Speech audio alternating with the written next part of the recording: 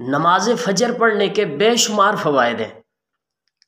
جو شخص با جماعت نماز ادا فرماتا ہے فجر کی، اللہ پاک اسے اتنے انعامات سے نوازتا ہے کہ انسان کی عقل حیران رہ جائے۔ اگر آپ کی صبح کی نماز سوتے ہوئے قضا ہو جاتی ہے تو انشاءاللہ جو انعامات میں آپ کے سامنے عرض کرنے لگا ہوں، آپ ان انعامات کو سن کر انشاءاللہ فجر کی نماز کبھی قضا نہیں ہونے دیں گے۔ پہلا فائدہ فجر کی نماز پڑھنے کا کہ نبی کریم رؤوف الرحیم محمد الرسول اللہ صلی اللہ تعالی علیہ وآلہ وسلم ارشاد فرماتے ہیں، اے اللہ میری امت کے لیے فجر کی نماز میں برکت ڈال دے۔ تو یہ معمول تھا ہمارے آقا کا کہ جب بھی کبھی لشکر کو روانہ کرتے تو ہمارے سرکار فجر کے بعد روانہ کرتے۔ کیوں؟ کیونکہ ہمارے آقا فرماتے ہیں کہ فجر کی نماز پڑھنے کے بعد کوئی بھی کام کیا جائے یا پورے دن میں کوئی بھی کام کیا جائے تو رب کی رضا سے وہ کام مکمل ہوتا ہے۔ اور دوسرا فائدہ، میرے آقا فرماتے ہیں کہ جس نے رات کی نماز عشاء کی نماز باجماعت ادا کی تو گویا وہ آدھی رات قیام میں رہا، یعنی کہ عبادت میں رہا، اور جس نے فجر کی نماز جماعت کے ساتھ ادا کی، میرے آقا فرماتے ہیں گویا وہ ساری رات عبادت میں مشغول رہا۔ کتنا بڑا انعام ہے کہ رات کو نماز پڑھ کے سو جائیں، فجر کی نماز جماعت کے ساتھ ادا کریں، گویا ہم ساری رات عبادت میں رہے۔ اور تیسرا فائدہ، میرے کریم آقا فرماتے ہیں کہ تمہارے پاس دن اور رات کے فرشتے آتے ہیں اور یہ فجر اور عصر کے وقت جمع ہوتے ہیں اور پھر اللہ کی بارگاہ میں جاتے ہیں تو اللہ ان فرشتوں سے پوچھتا ہے، فرشتوں بتاؤ میرے بندوں کو تو نے کیسا پایا؟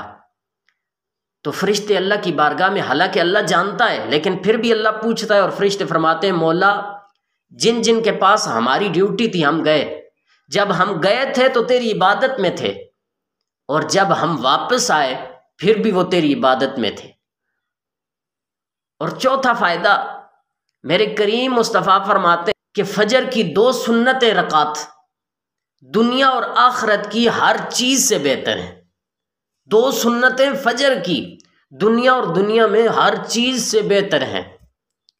اور ہم کتنے ناشکر ہیں کہ ہم اس دنیا کو سب کچھ سمجھ بیٹھے ہیں، حالانکہ ہمارے رب نے فرمایا، ہمارے کریم آقا نے فرمایا کہ دنیا اور دنیا میں ہر چیز سے جو چیز بہتر ہے وہ صبح کی 2 سنتیں ہیں۔ اور 5ویں حدیث، 5واں فائدہ، میرے کریم آقا علیہ الصلوۃ والسلام فرماتے ہیں جس نے بردین یعنی 2 ٹھنڈک والی نمازیں یعنی فجر اور عشاء ادا کر دیں گویا وہ جنت میں جائے گا، گویا وہ جنتی ہے۔ فرمایا کہ نمازیں، یہ 2 نمازیں فجر اور عشاء کی، یہ منافقین پر بھاری تھی۔ بھاری کیسے تھیں کہ فجر اور عشاء یہ دونوں نمازیں ٹھنڈک کے وقت ادا کی جاتی ہیں، اس وقت ادا کی جاتی ہیں جب انسان کے آرام کا وقت ہوتا ہے، لیکن ہمارے آقا فرماتے ہیں اگر تو نے ان 2 نمازوں کو پکڑ لیا، ادا کرنا شروع کر دیا، تو ہر کافر، ہر مشرک، ہر منافقین تم سے ڈریں گے۔ کیوں؟ کیونکہ جو مسلمان ایمان کا اتنا پکا ہو کہ وہ اپنی راتوں کی نیندوں کو، اپنے سکون کو، اپنے بستر کو چھوڑ کر اللہ کے حضور حاضر ہو سکتے ہیں، وہ کافروں سے مقابلہ بھی ڈٹ کر سکتے ہیں۔ صحیح مسلم میں ہے، میرے کریم آقا فرماتے ہیں جس نے صبح کی نماز باجماعت ادا کی وہ شخص اللہ کے ذمے ہے، یعنی کہ اللہ کی حفاظت میں ہے۔ اس حوالے سے کتب احادیث میں بہت سارے واقعات ملتے ہیں، جن میں سے ایک واقعہ ہے کہ حضرت عمر فاروق رضی اللہ تعالی عنہ کا پوتا سالم، وہ سالم ایک ظالم بادشاہ حجاج کے پاس تھا، تو حجاج نے حضرت عمر فاروق کے پوتے سالم کو حکم دیا کہ فلاں شخص کو قتل کر دو، مار دو۔ تو سالم اس کو دروازے پر لے گئے، جا کر اس سے پوچھنے لگے کیا تو نے فجر کی نماز جماعت کے ساتھ ادا کی ہے؟ اس نے کہا جی ہوں۔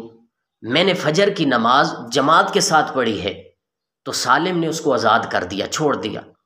جب حجاج کے پاس آئے تو سالم سے حجاج نے پوچھا کہ جو میں نے تمہارے ذمہ ڈیوٹی لگائی تھی تم نے اس کو مار دیا، اس کا خاتمہ کر دیا؟ تو سالم فرماتے ہیں کہ میں نے اس کو آزاد کر دیا۔